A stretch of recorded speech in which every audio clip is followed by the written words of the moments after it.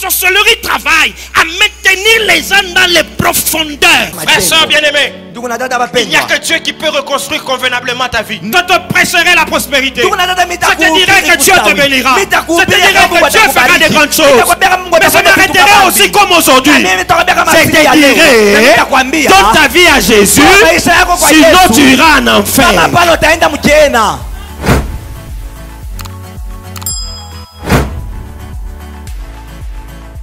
Bien-aimés dans le Seigneur, bonsoir. Nous rendons gloire au Seigneur pour ce vendredi de prière. C'est une grâce, un privilège d'être en vie, mais aussi de prier.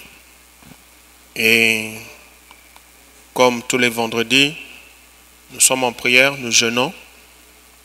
C'est vrai que nous n'avons pas de culte. On continue avec notre état d'urgence.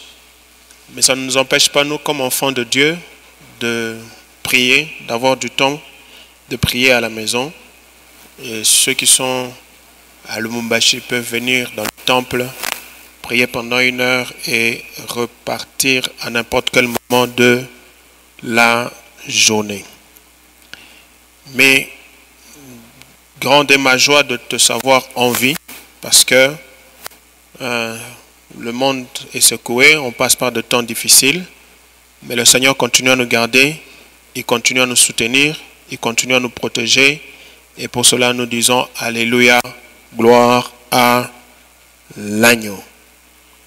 Nous voulons continuer à prier, terminer cette prière 1 heure après que j'aurai fini mon exhortation, ou 1 heure après que j'aurai fini mon canevas. Je suis venu t'aider à prier, à te montrer comment tu vas prier.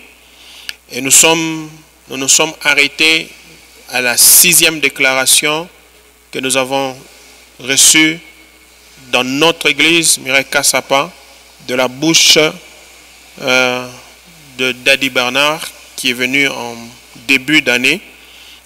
Et le mois passé, nous avons prié avec cette déclaration. Ce mois, nous nous arrêtons encore sur cette déclaration qui est la 6e pour prier avec. La déclaration dit que les circonstances, que le temps, que les événements, que les attitudes des gens, même les humeurs, même leurs humeurs, travaillent en ta faveur en cette année 2020. Je reprends, que les circonstances, que le temps, que les événements, que les attitudes des gens, même leurs humeurs, travaillent en ta faveur cette année 2020. Quelqu'un croit à ça, il dit Amen. Un de vendredi du mois de juin, nous avons parlé de ça et nous avons prié. Et je voudrais rassurer encore à quelqu'un ce soir, tout ce qui t'arrive ne t'arrive pas au hasard. Tout ce qui t'arrive n'est pas bénin, n'est pas anodin, voulais-je dire. Tout ce qui t'arrive n'arrive pas juste parce que ça doit arriver, non. Tout ce qui t'arrive arrive avec un objectif, avec un but. Et ce que je peux te demander avant d'aller loin, c'est arrêter de te plaindre pour tout ce qui t'arrive. Arrêtez de murmurer pour tout ce qui t'arrive. Peut-être que tu ne comprends pas pourquoi ça t'arrive. Peut-être que tu ne trouves pas pourquoi ça devrait t'arriver. Mais ça t'arrive. Alors, tout ce qui t'arrive, arrête un peu de te plaindre, arrête de murmurer. Parce que chaque chose qui t'arrive arrive avec un but. Nous avons vu ce vendredi-là du mois de juin l'histoire de ces 4 lépreux.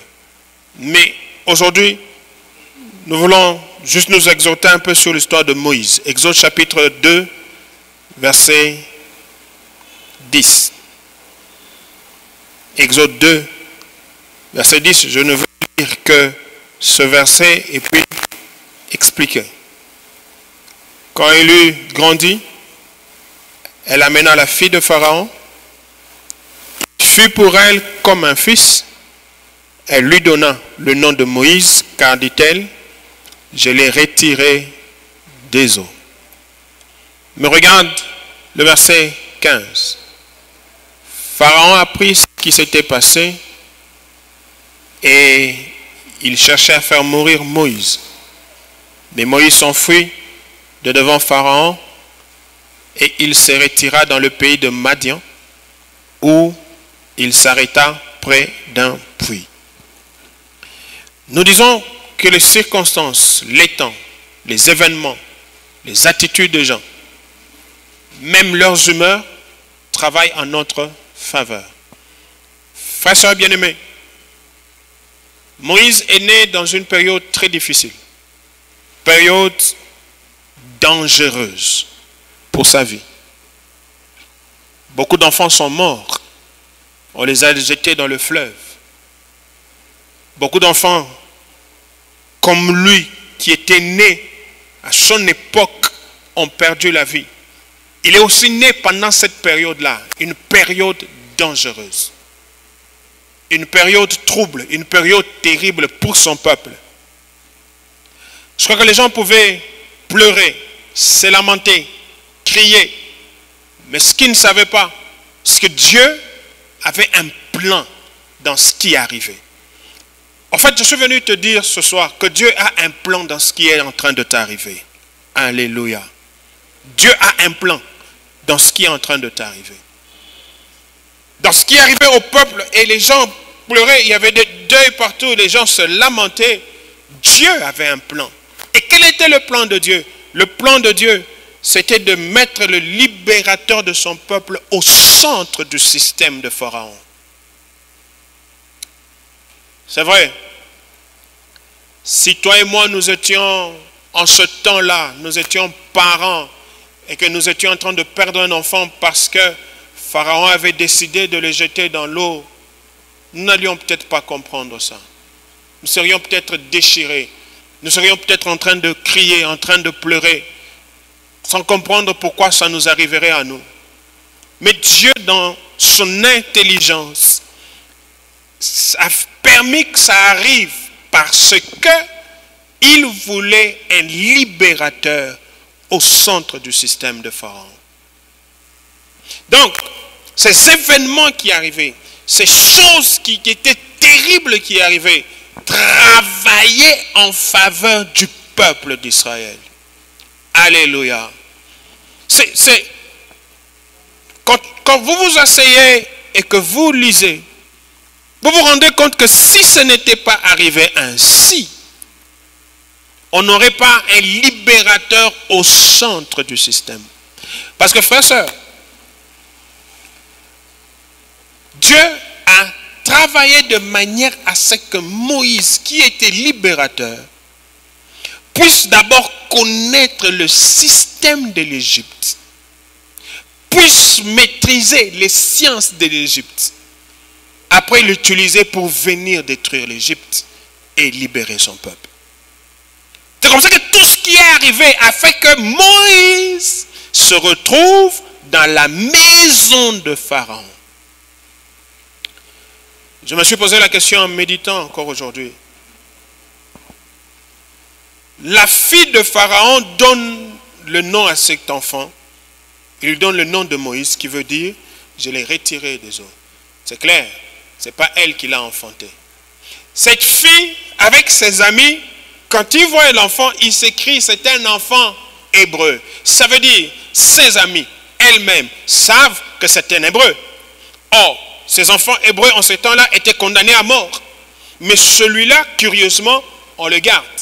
Pire encore, on le lui ramène. Elle prend l'enfant, elle lui donne le nom, elle fait entrer l'enfant dans le palais. Le palais, c'est que le petit là n'est pas égyptien, c'est un hébreu. Pharaon, pourquoi j'ai lu le verset 15? Pharaon, ce jour-là, décide de tuer Moïse. Pendant que Moïse a fait 40 ans dans sa maison, on ne l'a pas tué, on ne l'a pas inquiété. Il a appris tout ce qu'il devait apprendre.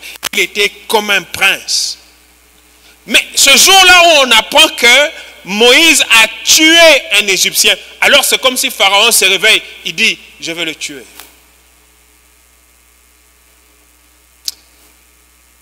Je suis venu te pousser à prier et me pousser à prier en disant ceci.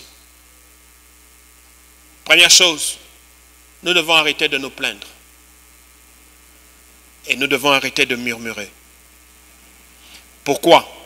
Parce que Dieu est au contrôle de chaque détail des choses qui nous arrivent. Deuxièmement, tout ce qui nous arrive travaillera à notre faveur. Ça a travaillé en la faveur des enfants d'Israël. Et puis un jour, ils se sont retrouvés dehors. Ils sont partis. Si ce n'était pas arrivé, alors leur libération allait être compliquée. Écoute-moi.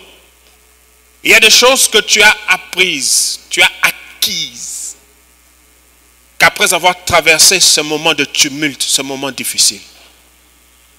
Arrête de te plaindre. Il y a des caractères qui se sont formés en toi parce que tu es passé par tel moment, par tel autre moment. Alors, ce soir, nous voulons dire que tout ce qui nous arrive travaille en notre faveur. Mais je voudrais que tu lèves les yeux sur ce qui t'est déjà arrivé. Qu'au lieu de te plaindre, tu bénisses le Seigneur pour ça. Tu es orphelin. Arrête de te plaindre. Bénis le Seigneur pour ça. Tu as connu des moments compliqués, difficiles. Frère, bénis le Seigneur. Dieu est intelligent. Quelque chose est arrivé pour t'apprendre. Quelque chose est arrivé pour travailler pour toi. Il y a des choses que tu n'allais pas savoir si ton père était encore vivant. Il y a des choses que tu n'allais pas savoir, je ne sais pas moi, si ta mère était encore vivante. Dieu fait en sorte que tout ce qui nous arrive travaille en notre faveur. Ça, c'est dans le passé. Mais aujourd'hui et demain, je veux que tu saches, frère, sœur, tant que Dieu est assis sur son trône, tant que Dieu est ton Père, tout ce qui va t'arriver travaillera en ta faveur au nom de Jésus de Nazareth.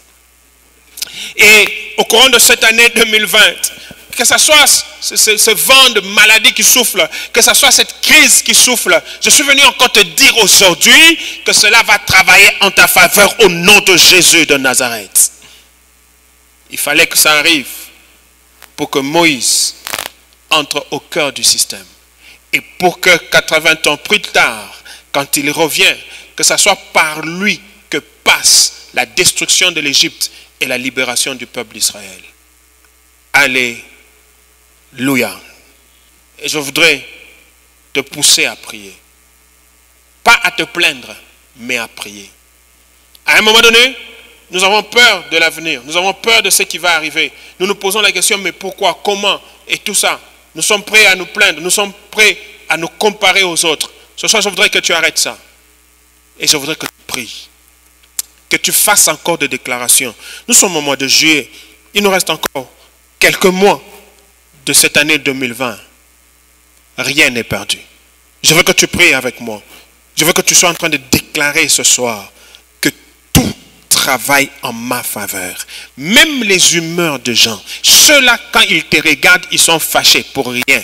Ceux-là qui t'en veulent même pour des choses inutiles. Je veux que tu pries et que tu dises tout va travailler en ma faveur.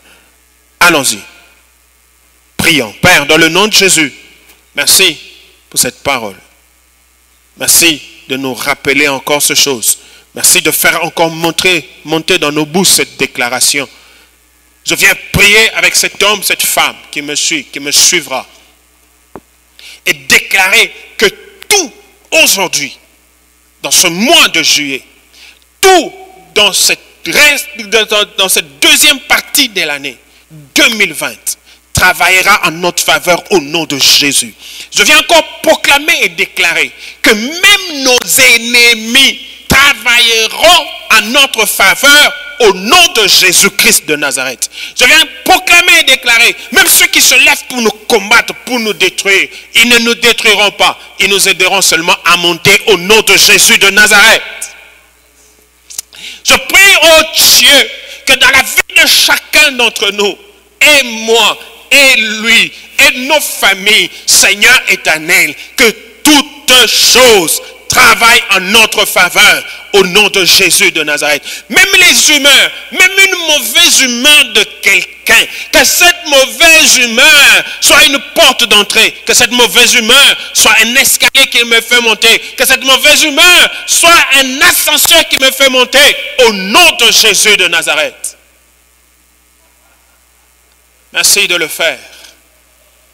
Nous croyons en toi, toi qui maîtrises les temps et les circonstances. Toi qui n'es pas surpris par quoi que ce soit. Nous, ça peut nous surprendre. Mais toi, ça ne peut pas te surprendre.